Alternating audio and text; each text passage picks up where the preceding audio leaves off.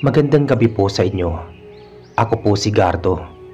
Isa po akong mangingisda na tubong Luzon at gusto ko lang pong ibahagi sa inyo ang isang karanasan na hindi ko malilimutan. Nangyari po ito noong taong 1979 sa isang maliit at liblib na baryo. Ang tawag sa lugar namin ay Baryo Masupil. Isang tahimik na bayang nakaharap mismo sa dagat. Pero sa kabila ng ganda at yaman ng dagat, may itinatagong hiwaga at sumpa. Noong mga panahong yon, simpleng buhay lang ang meron kami. Halos lahat ng tao, mangingisda. Umaga pa lang, naghahanda na ng lambat, tapos gabi na, nasa dagat pa rin. Umaasang makahuli ng sapat para sa pamilya. Isa sa mga kakilala ko noon sina Marian at ang asawa niyang si Carlos. Meron din silang matalik na kaibigan na si Edward at pinsan ni Marian na si Carla na madalas ding tumutulong sa kanila sa paghahanda ng mga huli sa isda. Mabubuting tao sila, pero isang gabi nagbago ang lahat. Nagsimula ang lahat isang gabi ng Hulyo. Malakas ang alon at halos walang pumalaot sa dagat. Pero si Carlos, matigas ang ulo. Sayang ang gabi. Kapag ganitong malakas ang hampas ng hangin, lumalapit ang mga isda sa pangpang. Mas maraming huli. Sabi niya. Carlos, huwag muna, masama ang panahon. Sabi naman ni Marian habang hawak-hawak ang kamay ng anak nilang si Junjun. Baka delikado. Umiti lang si Carlos. Sandali lang tumahala, 3 oras lang ako. Kasama ko si Edward. Babalik din kami bago maghating gabi. Wala nang nagawa si Marian kundi pagdasal na ligtas ang asawa. Kasama ni Carlos si Edward at tumulak silang dalawa gamit ang maliit nilang bangka. Madilim ang langit, walang buwan at tanging liwanag ng lampara ang gabay nila. Habang lumalayo sila sa pampang, naririnig nila ang tila mga awit na galing sa ilalim ng dagat. Mahina pero malinaw, parang boses ng babae. Pare, narinig mo ba yun? Tanong ni Edward. Ang alin? Yung parang may umaawit parang babae. Napatingin din si Carlos. Sa una akala niya hangin lang o hampas ng alon, pero maya-maya lumakas ang boses. Malambing, malungkot, parang nangaakit. Nagkatinginan silang dalawa. Baka sirena pare. Biro ni Edward, pero halata sa boses ang kaba. Huwag kang magbiro ng ganyan. Huwag mong pansinin yan. Sagot ni Carlos, sabay hagis ng lambat. Lumipas ang ilang sandali, napansin nilang biglang gumanda ang huli nila. Sunod-sunod ang malalaking isda. Hindi pangkaraniwan. Ayos to pare, sigaw ni Carlos. Bihira tong ganito Dagdag pa niya. Ngunit biglang lumakas ang hangin. Umalon ng malaki. Tila may humila sa ilalim ng bangka. Pare, may humahatak, sigaw ni Edward. Hinila nila pareho ang lambat, pero parang may nakakapit mula sa ilalim. Paglingon ni Carlos sa tubig, nakita niya ang anino ng isang babae. Mahaba ang buhok, kumikislap ang balat sa ilalim. Nakangiti ito, malamig ang tingin, at sa kamay nito nakapulupot ang bahagi ng lambat. Napatigil si Carlos. Diyos ko! Pare, bitawan mo na! Sigaw ni Edward, pero bago pa siya makagalaw, biglang humampas ang malaking alon. Napasubsob sila pareho. Nang magkamalay si Carlos, mag-isa na lang siya sa bangka. Wala na si Edward. Edward, pare! Sigaw niya, pero tanging alon lang ang sagot. Sa di kalayuan, may aninong lubulubog at lumilitaw. Babaeng nakangiti, may buntot na kumikislap sa ilalim ng tubig. Kinabukasan, natagpo ang palutang-lutang si Edward sa may dalampasigan. Wala nang buhay. May mga bakas na parang kalmot sa dibdib at tila kinagat sa leeg. Takot na takot si Marian nang makita si Carlos na halos wala sa kanyang sarili. "Anong nangyari?" tanong niya habang niyayakap ang asawa. "May nakita akong babae sa dagat. Sirena siya. Siya yung kumuha kay Edward." Hindi na nagsalita si Carlos kinagabihan. Tahimik lang. Pero kinabukasan muli, napansin ni Marian na parang nag-iba ang ugali ng asawa. Hindi na ito natatakot sa dagat kahit malakas ang hangin. Lagi rin itong nawawala sa gabi at pag-uwi may dalang maraming isda. Minsan pati mga huling hindi pangkaraniwan. Malalaki, mamahalin na para bang galing sa ibang lugar. "Ang dami mong huli, Carlos. Bihira tong ganito sabi niya. Umiti ng bahagya si Carlos. "Biyaya ng dagat." Ngunit napansin ni Marian tuwing makakakita si Carlos ng tubig sa may balde, poso o kahit ulan, laging napapatitig ito. Parang may tinig na naririnig. Lumipas ang mga linggo at unti-unting gumanda ang buhay nila. Nakatayo na ang bagong bahay, may bagong bangka at pati mga gamit, puro bago. Pero sa kabila ng lahat, ramdam ni Marian na may mali. Tuwing gabi naririnig niyang bumabangon si Carlos at lumalabas. Minsan sinusundan niya ito hanggang dalampasigan. Isang gabi nasundan niya hanggang sa may batuhan at doon nakita niya si Carlos nakatayo sa tabi ng dagat at sa harap nito may babaeng nakalubog sa tubig hanggang bewang. Mahaba ang buhok, kumikislap sa ilaw ng buwan. Si Marian halos hindi makahinga. Ang babae ay isang sirena. "Carlos?" Mahina niyang tawag pero hindi siya napansin. Narinig niya ang boses ng sirena, malamig at parang may lambing. "Ang pangako mo, huwag mong kalilimutan. Biyaya kapalit ng isang buhay." Tapos na. Kinuha mo na si Edward, di ba?" sabi ni Carlos. Ngumiti ang sirena. "Hindi lang siya ang kapalit. Bawat biyayang ipinibigay ko, may kabayaran. Handa ka na ba?" sabi ng sirena. Napatigil si Marian. Nanginginig ang tuhod. Bago pa siya makagalaw, biglang lumingon ang sirena. Tila alam nitong may nakamasida. Ang mga mata nito ay kumislap sa dilima. Tumalon si Marian pabalik. Tumakbo pa uwi habang humahalo sa hangin ang tinig ng sirena. Isang awitin ng panganib. Simula noon, nagsimula ang sunod-sunod na trahedya sa baryo. Kada buwan, may nawawalang tao. Bata, matanda, babae, lalaki. Lahat pawang malapit sa dagat. At tuwing may nawawala, si Carlos ay laging wala sa bahay. "Carlos, ano bang ginagawa mo tuwing gabi?" tanong ni Marian minsan. Nanginginig ang boses. "Tinutulungan ko lang ang dagat para patuloy tayong biyayaan," sagot niya. Malamig ang tono. "Biyaya o sumpa? Ibalik mo kung ano mang kasunduan yan," sabi ni Marian. Tumahimik si Carlos, pero ang mga mata nito ay tila iba na.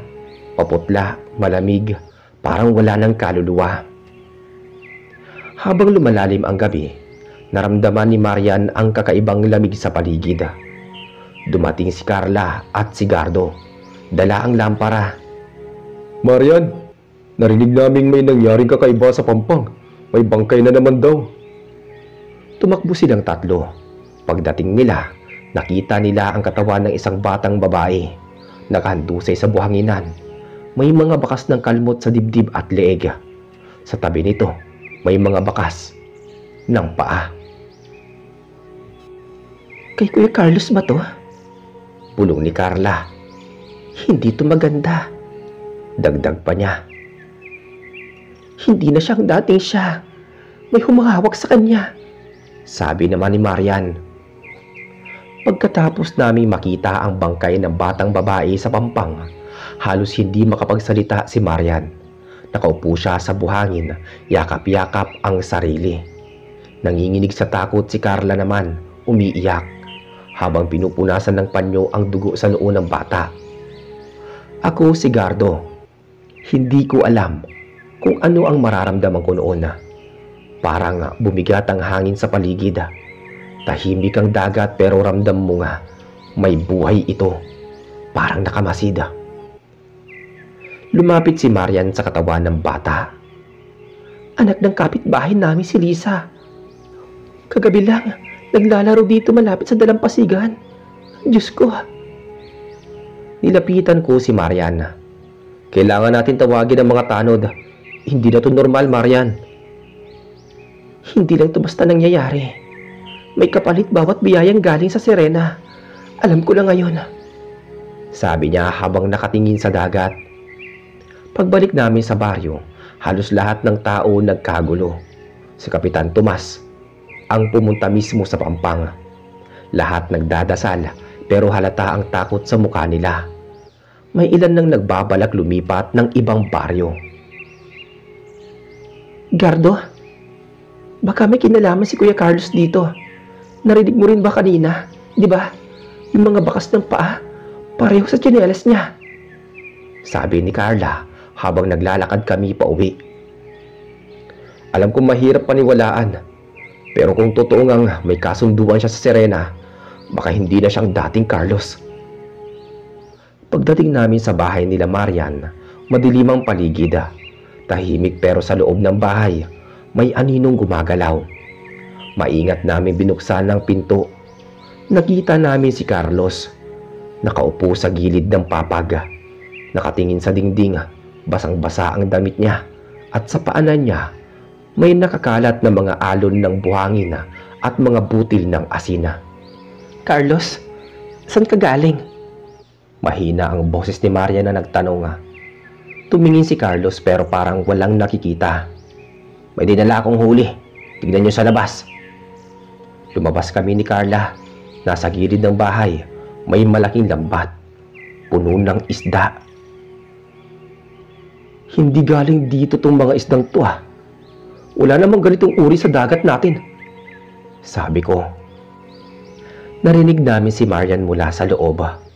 Carlos, anong ginagawa mo sa sarili mo? Hanggang kailan ka ganyan? Sabi niya. Tahimik si Carlos.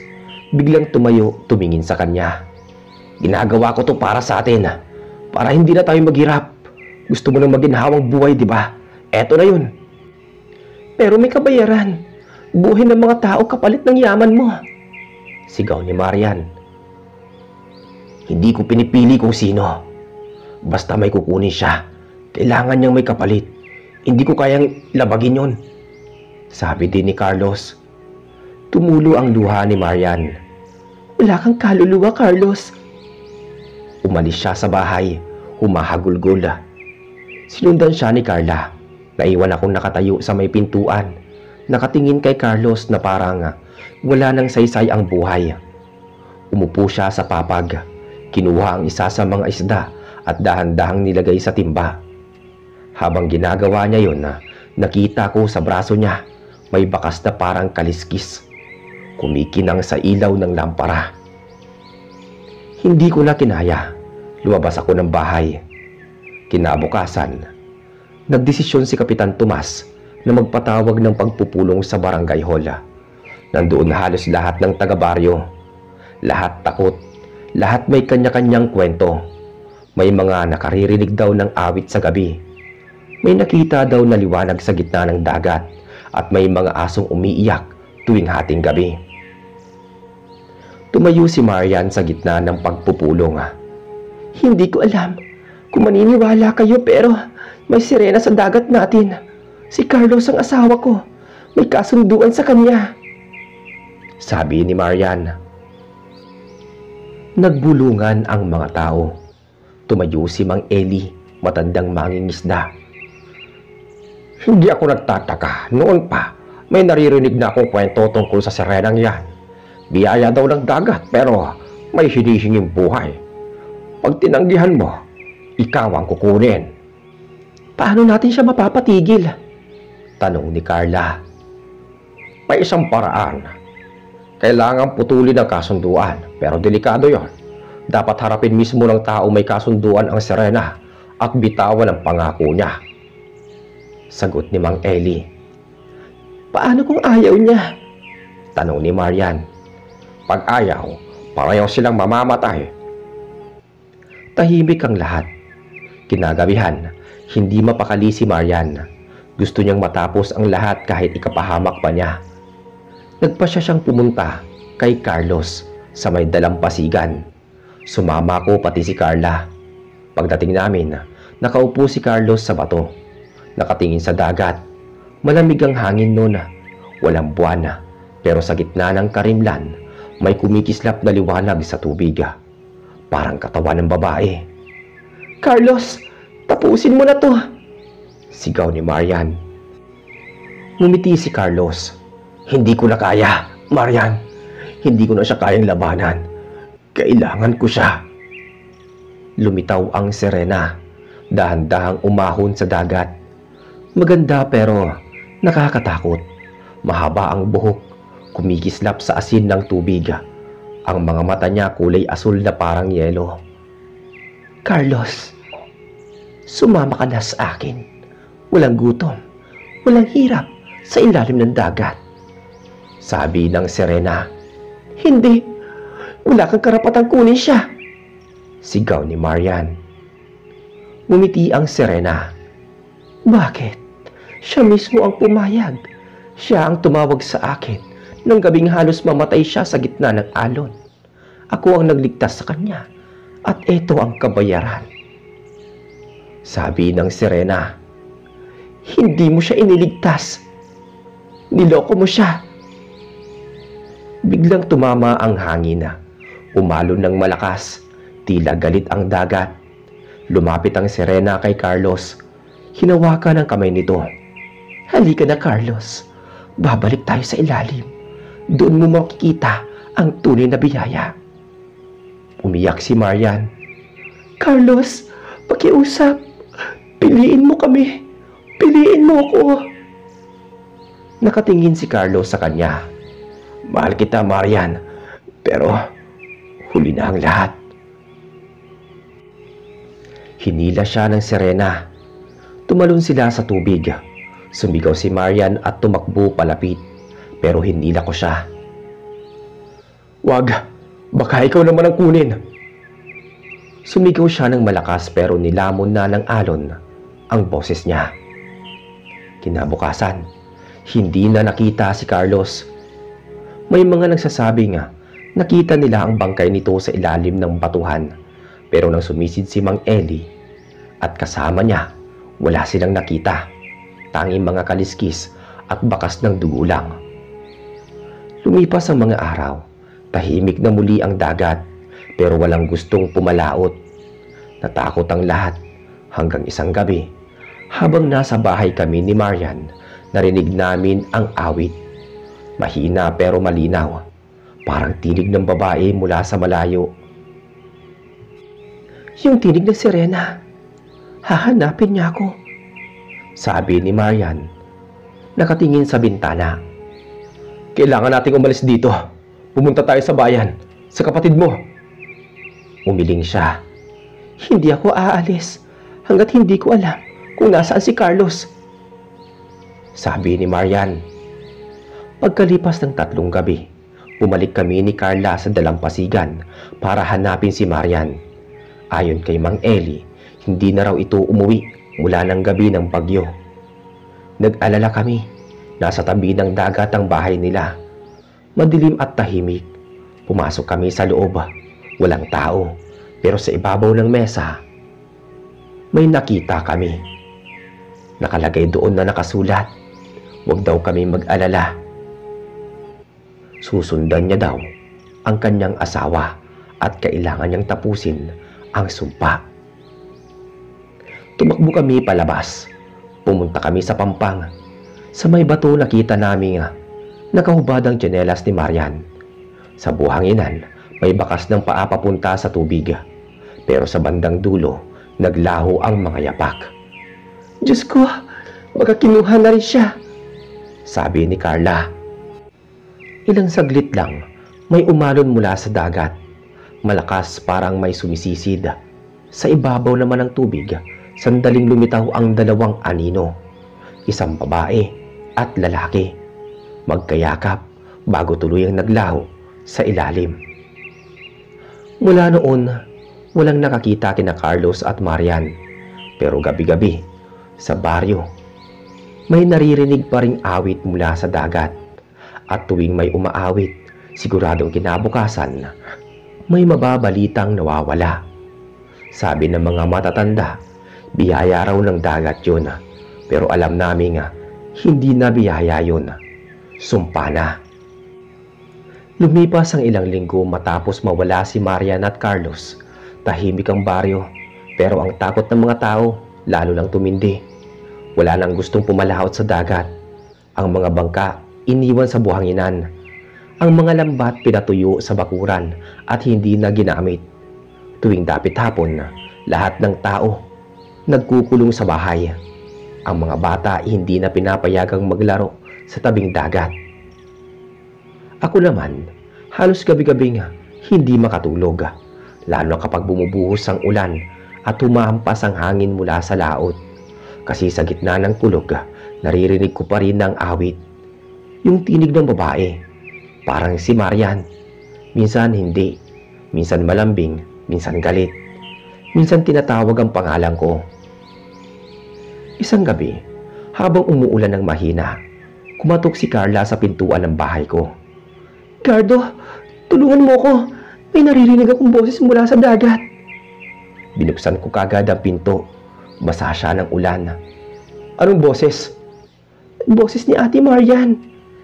Gabi-gabi ko na itong naririnig simula noong isang linggo. Carla, baka iniisip mo lang yan. Hindi si Marian yon. Huwag mo nang pansinin. Narinig ko talaga, Gardo. Minsan pati pangalan mo tinatawag eh. Sabi niya, Gardo, tulungan mo kami. Ganon. Hindi to gulog-gulo eh. Tumigil ako sandali. Ang lamig ng hangin, may halong alat. Parang may amoy ng dagat kahit malayo pa kami sa Pampanga.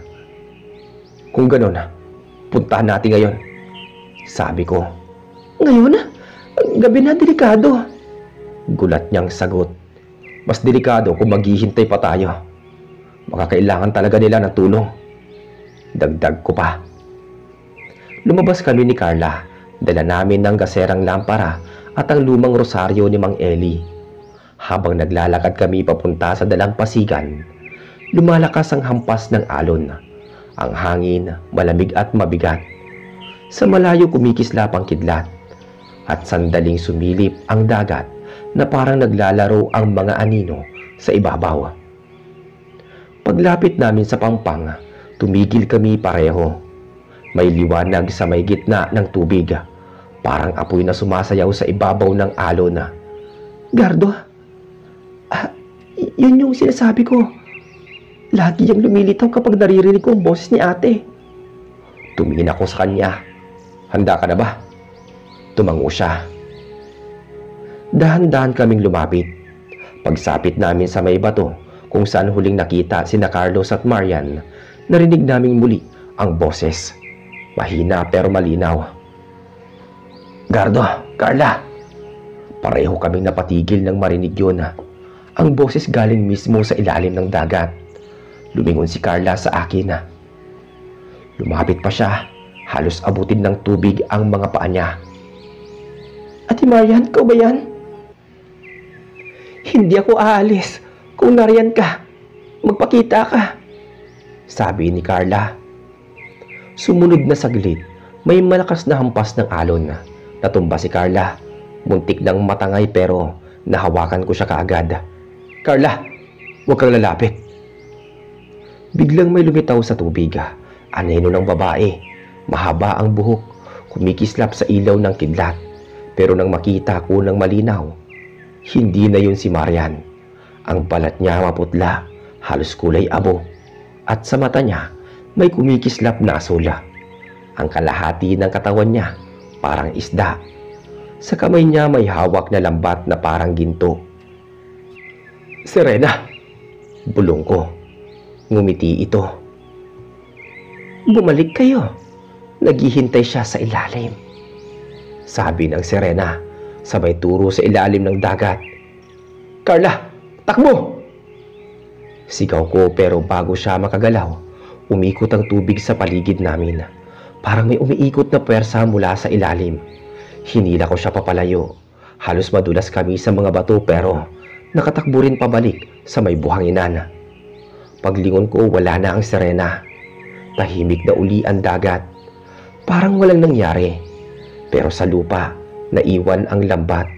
Yung lambat na hawak ng Serena kanina. Kumikinang, mabigat, at amoy asina. "Gardo, yan ang lambat ni Kuya Carlos," sabi ni Carla. Tinignan ko yun. Parehong-pareho nga. May mga lumang tali na gawa sa abaka at may punit sa gilid. Hindi pwedeng totoo to. "Ito yung lambat na lumubog kasama nila," sabi ko. Kinabukasan, dinala namin ang lambat kay Mang Eli. Pagkakita pa lang niya, agad niyang tinakpan ang bibig. "Sumpa, yan ang lambat na ginamit ni Carlos noong gabi. Kinuha ng Serena si Edward. Dapat yan sinusunog noon pa." Pero paano to nakabalik? Tanong ni Carla. "Tandayan na hindi pa tapos ang kasunduan. Habang buhay ang lambat, buhay din ang kasunduan. Kailangan natin sunugin yan ngayong gabi." Gabi ng Biyernes, nagtipon kaming 4 sa dalampasigan. Ako, si Carla, si Mang Eli, at ang anak niyang si Nardo. Dala namin ang tuyong kahoy at langis.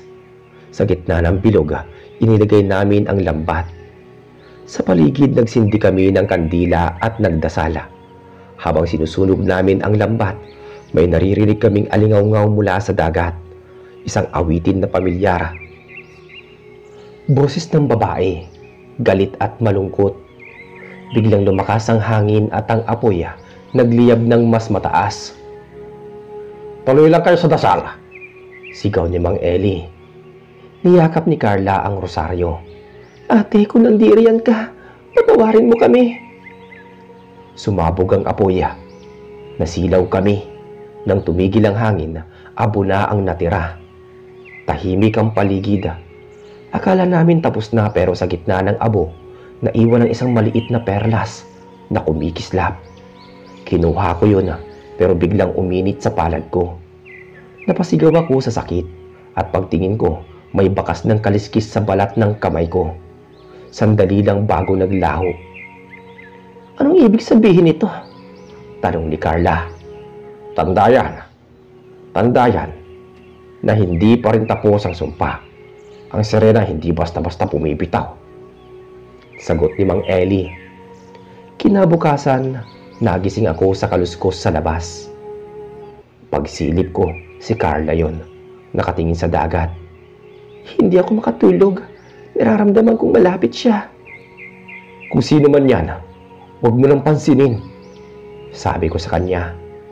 "Hindi mo naiintindihan, Gardo. Parang may parte sa akin na tinatawag ang dagat. Parang gusto kong sumunod." "Huwag mo nang isipin yan. Ayoko mawala ka rin." "Gardo, tignan mo." Sa malayo, may mga aninong lumitawa. Parang mga isda, pero sobrang laki. May isa mukhang tao, at mula sa gitna ng alon, umangat ang isang bagay. Bangka, luma at sira-sira. Ang bangka ni Carlos. Napatakbo kami. Dumapo ang bangka sa buhangin. Walang tao sa loob, pero may nakasulat sa gilid ng kahoy. Parang ukit ang nakasulat. "Gardo, ano to?" "Hindi ko alam," sagot ko. Pero alam ko, may babala yun. Simula noon, gabi-gabi na namang may nawawala. Una, isang batang lalaki mula sa kabilang sityo. Sumunod, mag-asawang mangingisda na lumabas daw para maghanap ng pugita. Pagkatapos, mismong si Nardo, anak ni Mang Eli. Iniwan lang daw niya ang tatay niya saglit para kumuha ng tubig pero hindi na nakabalik. Sa pampang natagpuan nila ang mga yapak papunta sa dagat. Si Mang Eli halos mabaliw. Sabi ko na nga ba, hindi pa tapos ang sumpa. Pero sinunog natin ang lambat, di ba? May bahagi pa ng lambat na hindi natupok. Baka nasa ilalim ng dagat. Baka hawak pa rin ang sirena. Ilang araw kaming walang tulog. Lahat ng bahay sa baryo naglagay ng asin sa bintana, bawang sa pintuan at krus sa pinto. Pero kahit ganun, gabi-gabi naririnig pa rin ang awit. Minsan may kumakatok, minsan may humahampas sa padera. Pero pag sumilip ka, wala naman. Hanggang isang gabi, biglang tumahimik ang dagat. Walang hangin, walang alon. Ang mga aso tahimik. Sabi ni Carla, parang bago magbagyo. Lumabas ako, dala ang lampara. Pagtingin ko sa tubig, may nakalutang na anino na naman. Babae nakadamit ng puti, mahaba ang buhok. Akala ko multo, pero nang lumapit, nakita ko ang muka. Si Marian. Marian? Ngumiti siya. Gardo? Diyos ko, buhay ka! Hindi na, pero hindi rin ako patay. Hinawakan niya ako. Ang alin ng sirena, hinawakan ka? Tumango siya. Kailangan mo akong tulungan. Bitawan mo ang perlas. Ibabalik ko siya. Anong ibig mong sabihin? Tanggalin mo ang sumpa. Ibabalik ko ang lahat pero kapalit ako. Hindi pwede. Hindi mo kailangang magsakripisyo. Wala lang iba. Sabihin mo kay Carla, huwag na siyang bumalik dito. Bago pa ako makasagot, hinila siya ng alon. Lumubog siya sa ilalim. Naiwan ako sa buhangin, nanginginig. Sa kamay ko biglang kumislap ulit ang perlas. Pero ngayon, kulay pula na. Kinabukasan, nakita kong nag-iba ang dagat. Hindi na maitim at malalim. Maliwanag na, parang normal. Pero sa bawat hampas ng alon, may kasabay na tinig. Tinig ni Marian, kumakanta ng huling awitin. Simula noon huminto na ang mga pagkawala. Tahimik na ulit ang baryo. Bumalik na sa pangingisda ang mga tao. Pero walang lumalapit sa bahagi ng dagat kung saan nawala sina Marian at Carlos. Si Carla, lumipat na sa Maynila. Si Mang Eli, lumipat makalipas ang 1 taon. Ako na nanatili rito. Araw-araw tinitignan ko ang dagat at sa bawat agos, parang naririnig ko pa rin ang huling salita ni Marian na nagsasabing ang biyaya ng dagat may kapalit.